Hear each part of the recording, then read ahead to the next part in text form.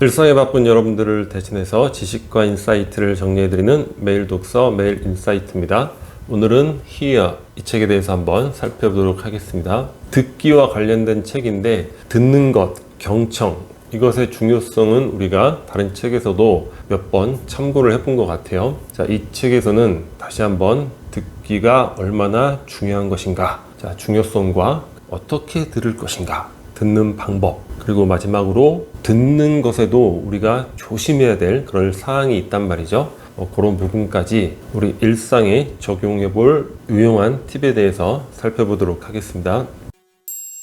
첫 번째는 듣기의 중요성인데, 하버드 신경과학연구소에서 말하기에 대해서 연구를 한 거예요. 그 결론이 뭐냐면, 자신에 대해서 이야기하는 것은 쾌락이다, 이렇게 결론을 내렸습니다. 그러니까 우리가 나에 대해서 말하는 것 누구나 즐기잖아요. 이런 얘기 저런 얘기 하고 싶고, 그런데 그걸 잘 안 들어주죠. 일종의 말하기에 좌절감에 빠지는 경우도 많이 있을 수 있어요. 자, 그런데 우리가 상대의 이야기를 잘 들어준다. 상대는 자신에 대해서 이야기를 할 수 있고, 자신에 대한 이야기는 쾌락이라고 했잖아요. 그러니까 행복이 되는 거죠. 그래서 우리가 상대를 가장 행복하게 해줄 수 있는 방법이 바로 듣기 행위에 있다. 경청. 이렇게 볼 수 있죠. 또 하나는 내 이야기를 들어주는 단 한 사람, 이런 개념인데, 우리가 예전에 어떤 책에서 그 하와이 빈민가 연구, 수십 년 동안 진행된 연구예요. 그 연구 결과에 대해서 살펴본 적이 있는데, 그 빈민가에서 자라나는 아이들 대부분 잘 자라나기가 어렵죠.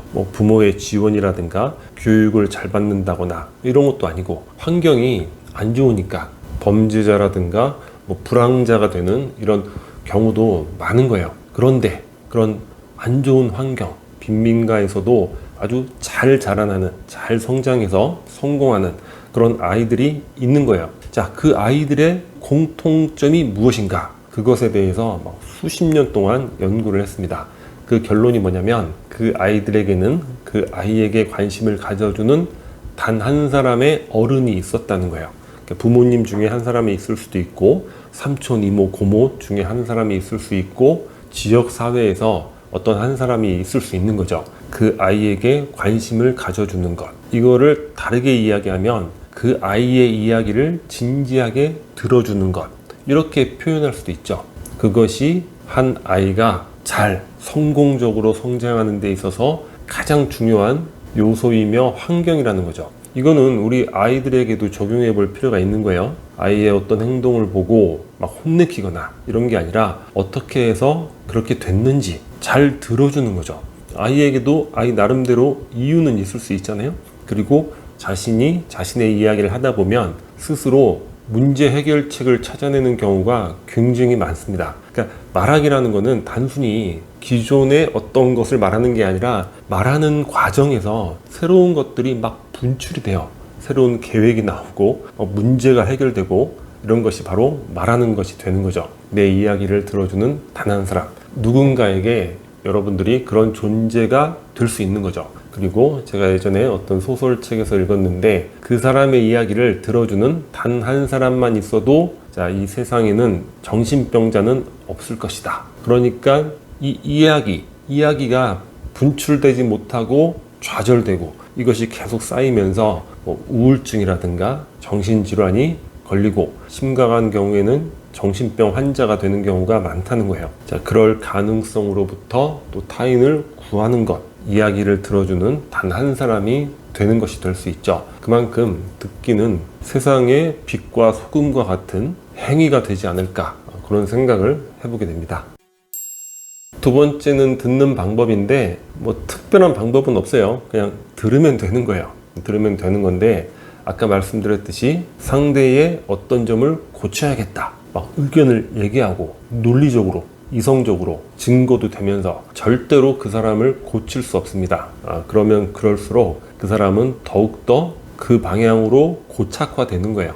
여러분들도 한번 생각을 해보세요. 누군가가 여러분들을 이성적으로, 논리적으로 설득해서 여러분들의 행동을 바꿨다. 그 사람에게 그런 승리감을 주고 싶은 생각은 전혀 없죠. 오히려 더 반대 방향으로 고착화되는 거예요. 그런데 이야기를 듣기만 해도 아까 말씀드렸듯이 내가 해결하고 싶었던 그 문제, 그 사람 스스로 이야기하면서 그 문제를 인정하고 해결하는 이런 경우가 굉장히 많다는 거죠.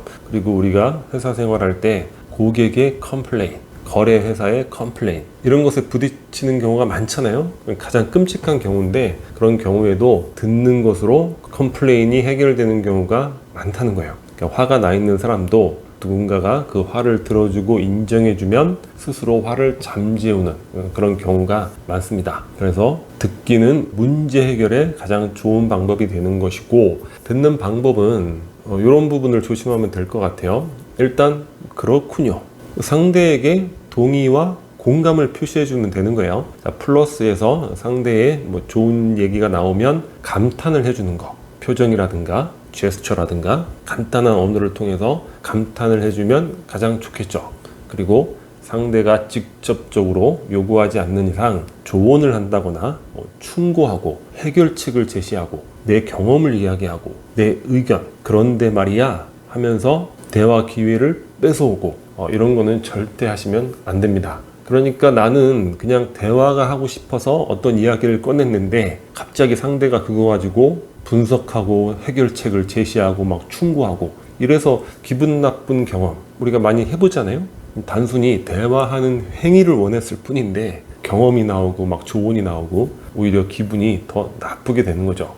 부부 사이에도 이런 경우 많죠. 집에 왔는데 아내는 대화의 행위를 원하는 건데 남편은 오히려 아유 그걸 그렇게밖에 못해서 무시하면서 막 해결책을 제시하고 그러다가 큰 싸움으로 번지는 경우가 굉장히 많죠. 그래서 상대가 원하지 않은 이상은 절대 먼저 조언, 충고, 해결책, 내 경험 이런 거 얘기하시면 안 됩니다. 이게 듣는 방법에서 가장 우리가 주의해야 될 점인 것 같아요. 그리고 때로는 침묵하기. 상대가 어떤 큰 슬픔이나 고통을 겪고 있는데 거기다 대고 또 느닷없이 자신의 과거의 슬픈 경험을 이야기하고 듣는 사람이 어때요? 자신의 감정에 조용히 침잠해 있고 싶은데 주변에서 오히려 자기의 큰 슬픔으로 나를 해결하러 들고 더 기분이 나쁘죠. 기분이 안 좋은 거예요. 그럴 때는 옆에서 상대방의 말이 없다 하더라도 자신도 침묵을 지켜주는 것, 이게 더 효과적입니다.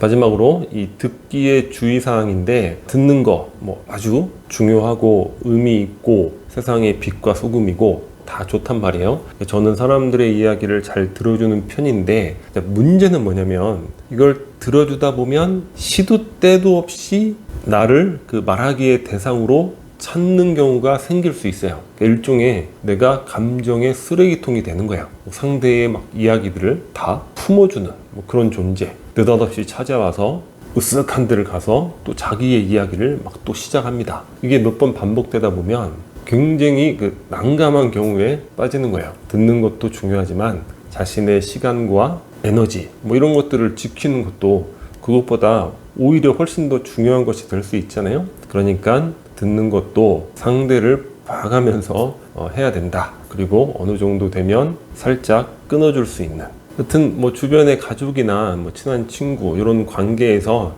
우리가 잘 들어주는 것이니까 이럴 일은 그렇게 많진 않지만 가끔 가다가 찾아오는 경우가 있어요. 그때 상당히 난감해집니다. 발을 빼기도 좀 어려워지는 경우가 생길 수 있어요. 이 책의 저자는 전문 심리 상담사이기 때문에 자기 직업이잖아요.